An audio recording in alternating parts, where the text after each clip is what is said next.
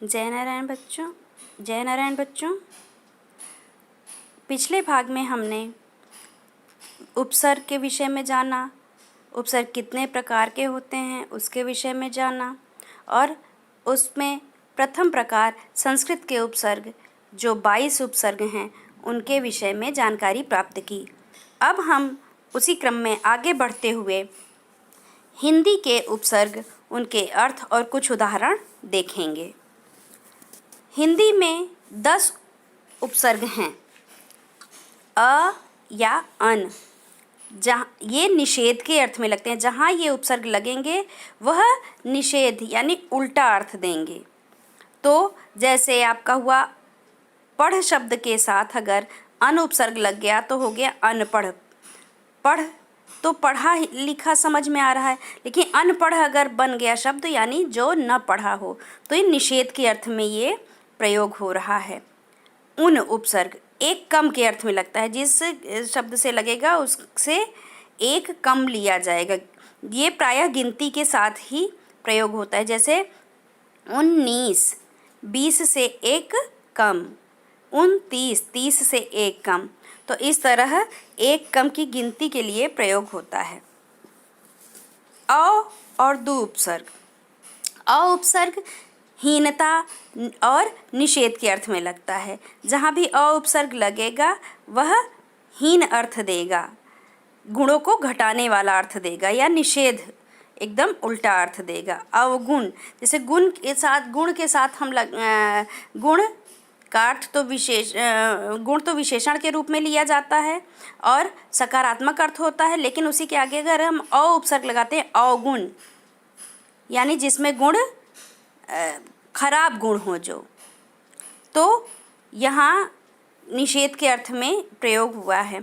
ऐसे ही दु बुरा के अर्थ में प्रयोग होता है। जैसे दुबला यानी जिसमें बल न हो, हीनता के अर्थ में प्रयोग हुआ है। दुकाल यानी बुरा समय। नि उपसर्ग और बिन उपसर्ग। नि भी निषेध, अभाव या विशेष के अर्थ में लगता है। जैसे निडर, निकम्मा, निखरा, निहत्था, निगोड़ा आदि। बिन उपसर्ग निषेध के अर्थ में लगता है ये भी। जैसे बिन ब्याहा, बिन पाए, बिन बादल, बिन काम आदि। भर, भर जो है वह पूरा या ठीक के अर्थ में लगता है। जैसे भर पेट यानी पेट भर कर, भरपूर। भर दिन यानी दिन भर, तो ये पूरे के अर्थ में लगा। कु या क उपसर्ग जो हिंदी का है वह बुराई के अर्थ में लगता है, हीनता के अर्थ में लगता है। जैसे आपका कुचाल, कुढंग, कपूत, कुपात्र, तो कुसंग, ये सारे शब्द आपके हीनता या बुराई के अर्थ में उपसर्ग प्रयोग होता है कु उपसर्ग का। अन और अध उपसर्ग। अन और अध उपसर्ग जहाँ लगते हैं, अन उपसर्ग निषेध के अर्थ में लगेगा और अध उपसर्ग आधे के अर्थ में लगता है। अन उपसर्ग लगकर शब्द क्या बना? अनमोल, अलग, अनजान, अनकहा, अनदेखा, अनगढ़, अनपढ़ इत्यादि। अध उपसर्ग को लगा के क्या शब्द बना? अध जला, अध मरा, अध खिला, अध पका आदि। अब हम आते हैं उर्दू के उपसर्गों पर। अभी तक हमने क्या पढ़ा? संस्कृत के 22 उपसर्ग किस अर्थ में प्रयोग होते हैं और उनके कुछ उदाहरण। हिंदी के 10 उपसर्ग किस अर्थ में प्रयोग होते हैं और उनके कुछ उदाहरण। अब हम आगे बढ़ते हैं उर्दू के उपसर्गों को पर उनके अर्थ और उदाहरण पर, जिन्हें हम आगत उपसर्ग भी कहते हैं। पहला है ब या बा। ब उपसर्ग उर्दू का जो प्रयोग होता है वह और या अनुसार के अर्थ में प्रयोग होता है। जैसे बनाम, बदौलत, बदस्तूर, बगैर। बा उपसर्ग लगाकर हम क्या शब्द बनाते हैं? बाइज्जत, बाअदब, बामौका और बाकायदा, बाइज्जत, बावजूद आदि शब्द। ला और बे उपसर्ग। बे उपसर्ग बिना के अर्थ में लगता है। जैसे बेरहम, बेकसूर, बेईमान, बेअसर, बेकाम। ऐसे ही ला उपसर्ग लगकर क्या शब्द बनते हैं? लाचार, लाजवाब, लापरवाही, लावारिस, लापता इत्यादि। कम, गैर। कम शब्द थोड़ा और हीन के अर्थ में लेते हैं। कम सीन, कम ख्याल, कमज़ोर, कम दिमाग आदि। ऐसे ही गैर उपसर्ग का प्रयोग के बिना और निषेध के अर्थ में करते हैं, जैसे गैर कानूनी, गैर ज़रूरी, गैर हाजिर, गैर सरकारी इत्यादि। सर और बिला। सर उपसर्ग का प्रयोग मुख्य के अर्थ में करते हैं कि जहाँ हमें किसी को प्रधान दिखाना होता है कि वो सबसे ऊपर है, श्रेष्ठ दिखाना होता है, उसके लिए हम सर उपसर्ग का प्रयोग करते हैं। जैसे सरताज, सरपंच, कि पंचों में जो श्रेष्ठ हो वो सरपंच है। और सरकार, सरदार आदि। बिला का प्रयोग हम बिना के अर्थ में करते हैं, जैसे बिला वजह, बिला शक आदि। हर, हर भी उर्दू उपसर्ग है और इसका प्रयोग हम प्रत्येक के लिए करते हैं, जैसे हर दिन, हर साल, हर एक, हर बार आदि। खुश प्रत्यय का प्रयोग हम श्रेष्ठता के अर्थ में करते हैं, जैसे खुशनुमा, खुशगवार, खुश मिजाज, खुशबू, खुश दिल, खुशहाल इत्यादि। ना उपसर्ग का प्रयोग हम अभाव के अर्थ में करते हैं, नाराज, नालायक, नादान, नामुमकिन, नापसंद इत्यादि।